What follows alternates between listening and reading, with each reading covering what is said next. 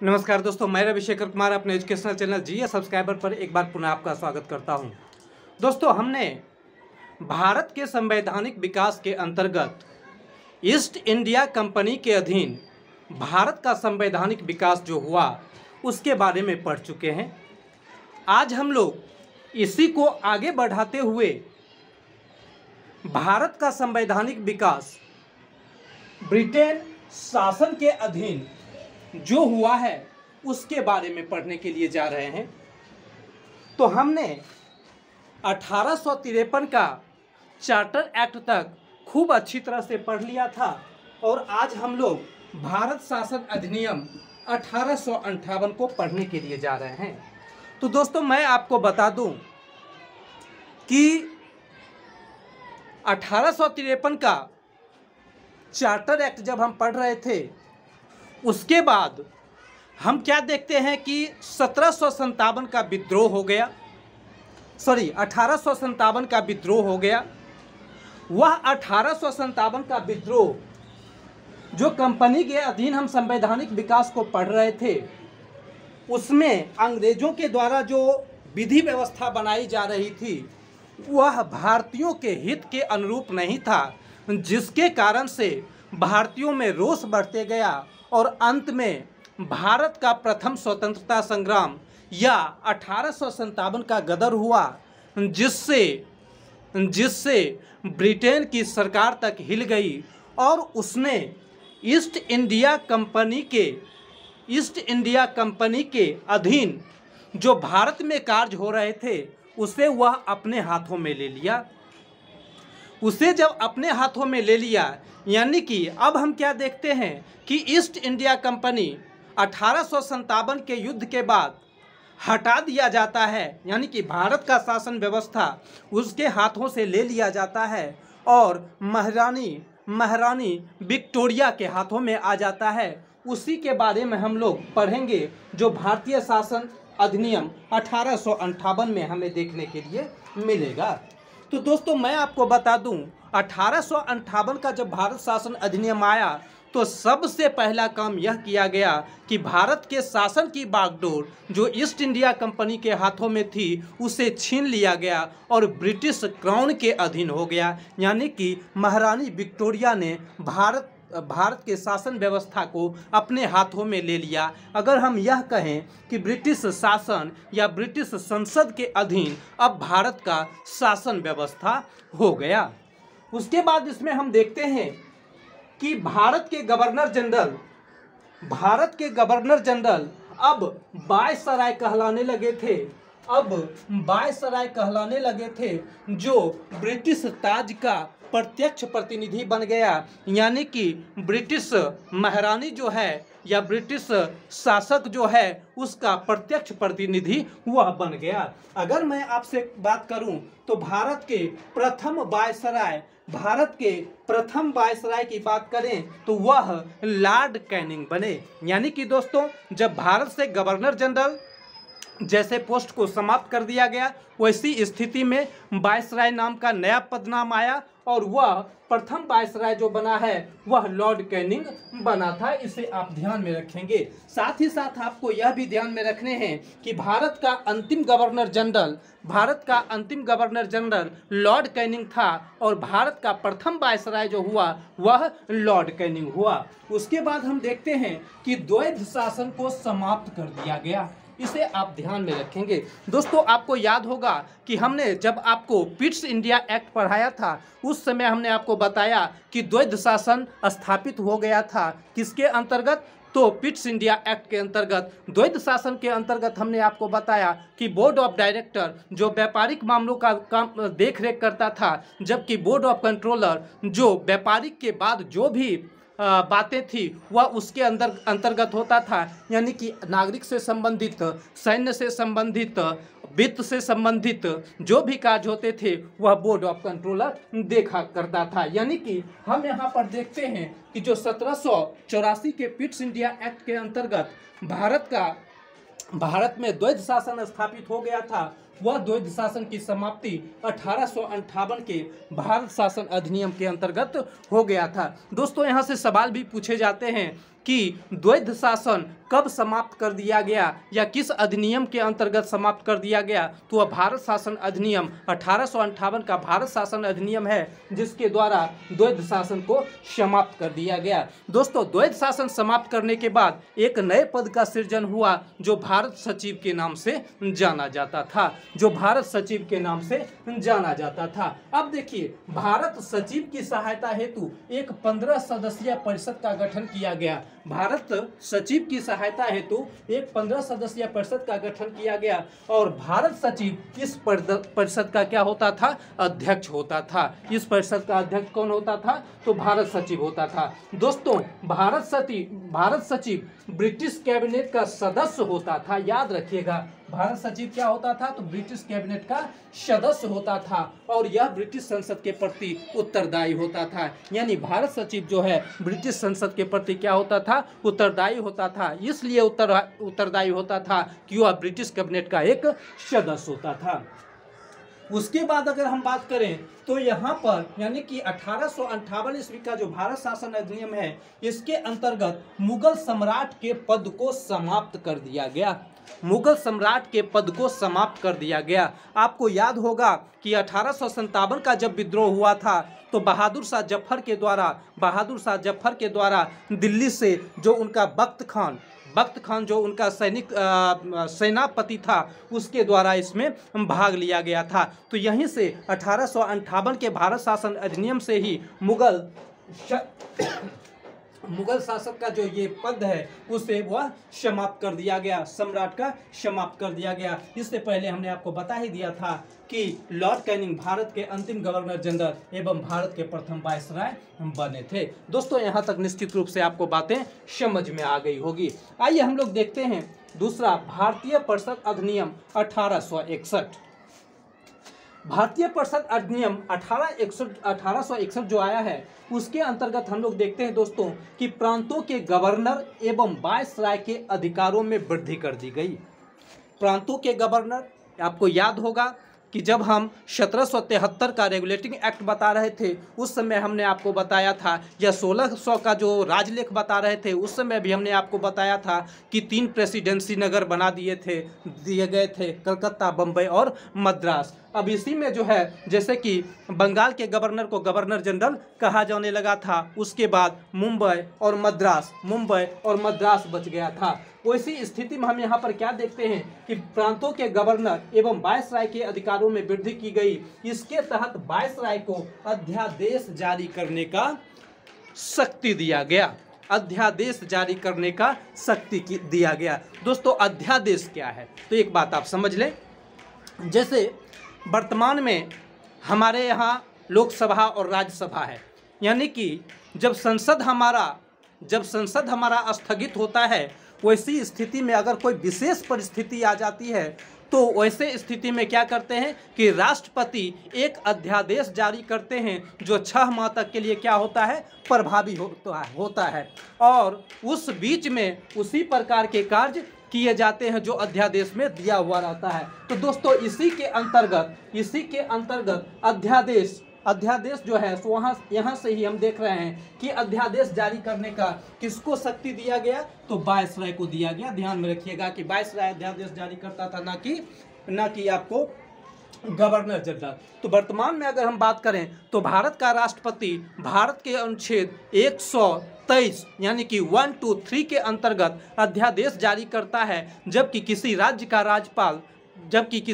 राज्यपाल 213 अनुच्छेद के अंतर्गत अध्यादेश को जारी करता है। इसे आप ध्यान में रखेंगे। तो हमने बताया था कि वायसराय के द्वारा अध्यादेश जारी किया जाता है और वह 6 महीने तक के लिए वैलिड होता था।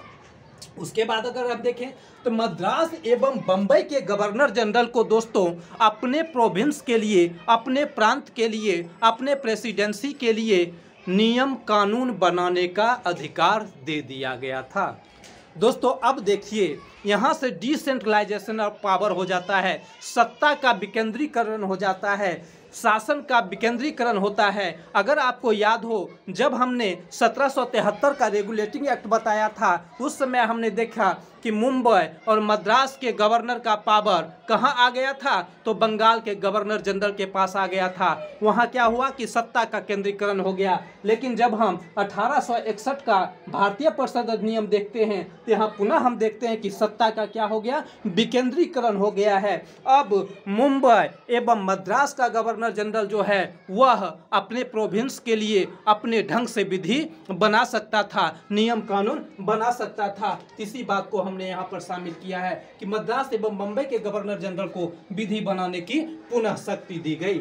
दोस्तों, इसी में यानी कि भारतीय परिषद अधिनियम के अंतर्गत ही भारतीय दंड संहिता यानी कि आईपीसी, इंडियन पैनल कोड की शुरुआत हुई। इंडियन पैनल कोड की शुरुआत हुई है, इसे आप ध्यान में रखेंगे। साथ ही साथ विभागीय प्रणाली की शुरुआत अगर हम देखें, विभागीय प्रणाली की शुरुआत हम देखें तो ही 1861 का भारतीय परिषद अधिनियम के द्वारा शुरू किया गया था और विभागीय प्रणाली के जनक माने जाते हैं। तो दोस्तों, यह लॉर्ड कैनिंग माने जाते हैं। आइए हम लोग नेक्स्ट देखते हैं भारतीय परिषद अधिनियम 1892।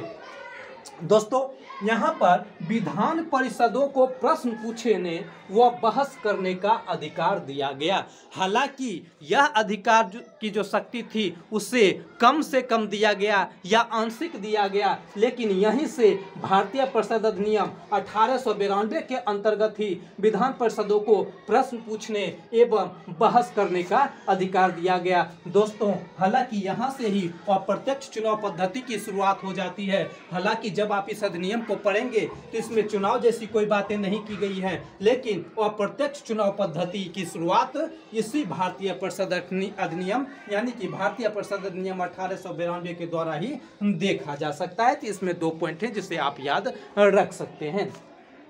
नेक्स्ट सवाल को हम लोग देखें, नेक्स्ट पॉइंट देखें, भारतीय परिषद अधिनियम 1909। दोस्तों, इसे मार्ले मिंटो सुधार के नाम से भी जाना जाता है और सवाल पूछे भी जाते हैं कि भारतीय परिषद अधिनियम 1909 किस नाम से जाना जाता है, तो वह मार्ले मिंटो सुधार के नाम से जाना जाता है। दोस्तों, जिस समय यह अधिनियम आया था उस समय मार्ले भारत सचिव थे, जबकि मिंटो यहाँ के वायसराय थे, इसलिए इसे मार्ले मिंटो सुधार के नाम से भी जाना जाता है। अगर हम देखें तो यहाँ से ज़्यादा सवाल पूछे जाते हैं, जैसे पृथक निर्वाचक मंडल अर्थात सांप्रदायिक प्रतिनिधित्व का प्रावधान अगर किया गया है तो मार्ले मिंटो सुधार से ही किया गया है या भारतीय परिषद अधिनियम से ही किया गया है। यहाँ सवाल भी बनता है और सवाल पूछे जाते हैं कि निम्नलिखित में से किस परिषद अधिनियम के अंतर्गत पृथक निर्वाचक मंडल अर्थात सांप्रदायिक प्रतिनिधित्व का प्रावधान किया गया, तो वह भारतीय परिषद अधिनियम 1909 के अंतर्गत किया गया। दोस्तों, इसमें आप ध्यान में रखेंगे, पृथक निर्वाचक मंडल का मतलब होता है कि मुस्लिम सदस्यों का चुनाव मुस्लिम सदस्यों का चुनाव मुस्लिम मतदाताओं के द्वारा ही या मुस्लिम सदस्यों के द्वारा ही चुने जाएंगे। इसी पर यह चर्चा किया गया है कि पृथक निर्वाचक मंडल अर्थात सांप्रदायिक प्रतिनिधित्व का प्रावधान किया गया है किसके अंतर्गत, तो भारतीय परिषद अधिनियम 1909 के अंतर्गत। उसके बाद हम देखते हैं दोस्तों कि वायसराय के कार्यकारिणी में एक भारतीय को नियुक्त करने का प्रावधान किया गया। वायसराय के कार्यकारिणी में एक भारतीय को नियुक्त करने का प्रावधान किया गया और दोस्तों, वह भारतीय कोई और नहीं बल्कि सत्येंद्र प्रसाद सिन्हा थे और वह विधि सदस्य के रूप में इस कार्यकारिणी में आए थे। उसके बाद मैं आपको इसी में बता दूं कि प्रथम भारतीय थे कौन, सत्येंद्र प्रसाद सिन्हा, जिन्हें इसमें काम करने का मौका मिला था। तो इसे आप ध्यान में रखेंगे। साथ ही साथ इसमें एक और महत्वपूर्ण चीज है कि निम्नलिखित में से किसे सांप्रदायिक निर्वाचन का जनक कहा जाता है, तो दोस्तों लॉर्ड मिंटो को, इसे आप याद रखेंगे, लॉर्ड मिंटो को सांप्रदायिक निर्वाचन का जनक कहा जाता है। हालांकि इसमें हमने नहीं लिखा है, लेकिन आप अपने नोट्स में इसे जरूर लिख लेंगे और सवाल यहां से पूछा जाता है। उसके बाद अगर हम बात करें यहाँ पर तो भारत शासन अधिनियम 1919 है। जिससे मॉन्टेग्यू चेम्सफोर्ड सुधार के नाम से भी जाना जाता है। दोस्तों आप यह ध्यान में रखेंगे कि उस समय मॉन्टेग्यू जो है भारत सचिव थे, जबकि चेम्सफोर्ड उस समय के वायसराय थे, इसलिए इसे मॉन्टेग्यू चेम्सफोर्ड सुधार के नाम से भी जाना जाता है। दोस्तों इसमें पहली बार देश में द्विसदनीय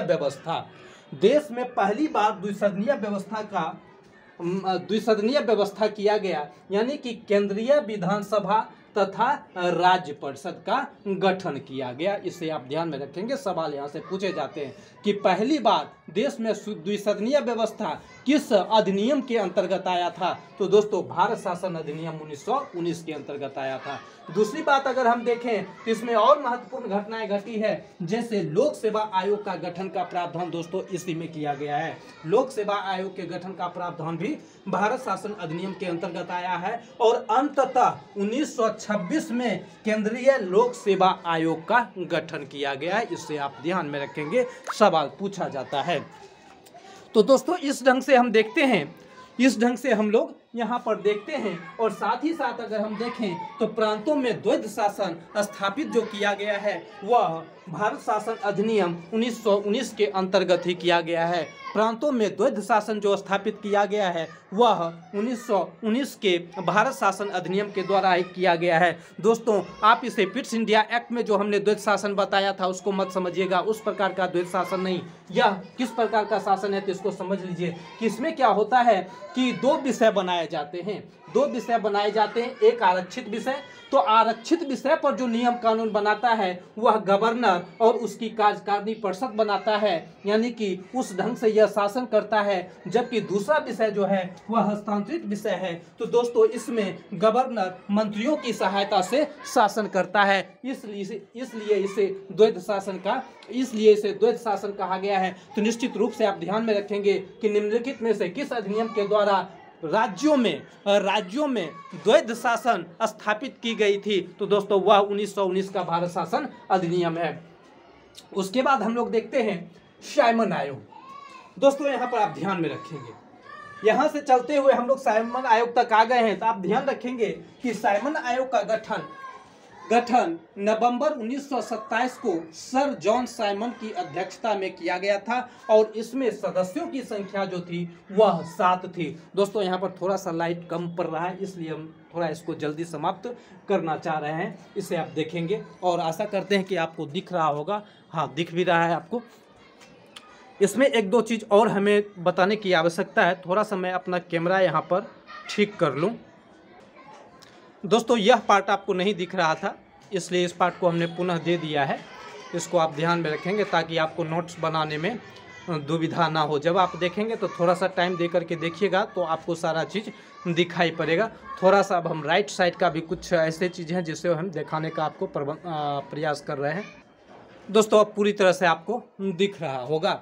तो हम आपको बता दें कि साइमन आयोग का गठन जो हुआ है वह नवंबर 1927 में हुआ है। यह सर जॉन साइमन की अध्यक्षता में हुआ था, जिसमें 7 सदस्य थे। दोस्तों याद रखेंगे कि साइमन आयोग में साइमन कमीशन में कितने लोग थे, तो 7 सदस्य थे। इसका उद्देश्य क्या था दोस्तों, तो भारत में संविधान की स्थिति का पता लगाना। वर्तमान में भारत की संविधान की क्या स्थिति है उसके बारे में पता लगाना था। अगर हम उसके बारे में बात करें तो सभी सदस्य अंग्रेज होने के कारण भारतीयों ने इसका विरोध किया था। दोस्तों सवाल पूछे जाते हैं कि भारतीयों ने साइमन कमीशन का विरोध क्यों किया था, तो 7 के 7 सदस्य अंग्रेज थे, उसमें एक भी भारतीय नहीं था, इसलिए भारतीयों ने इसका विरोध किया था। उसके बाद अगर देखें तो 1930 में इस आयोग ने अपनी रिपोर्ट सौंपी जिसमें निम्नलिखित प्रावधान थे। तो दोस्तों कौन कौन सा प्रावधान था, तो प्रांतों में द्वैध शासन समाप्त कर उन्हें स्वायत्तता प्रदान करना। अब यहाँ पर कहता है कि प्रांतों में द्वैध शासन को क्या करना है, समाप्त कर देना है, और प्रांत को क्या करना है, स्वायत्त बनाना है या स्वतंत्र कर देना है, या डिसीजन लेने के लिए उसको सक्षम बना देना है। किस प्रकार की बात किया गया, जबकि ब्रिटिश भारत के संघ की स्थापना करने की भी बात कही गई और सांप्रदायिक निर्वाचन व्यवस्था को जारी रखने का बात किया गया है। इसी ढंग से और ये सवाल जो पूछे जाते हैं उसको हमने यहाँ पर दर्शा दिया है दोस्तों। उसके बाद है नेहरू समिति रिपोर्ट।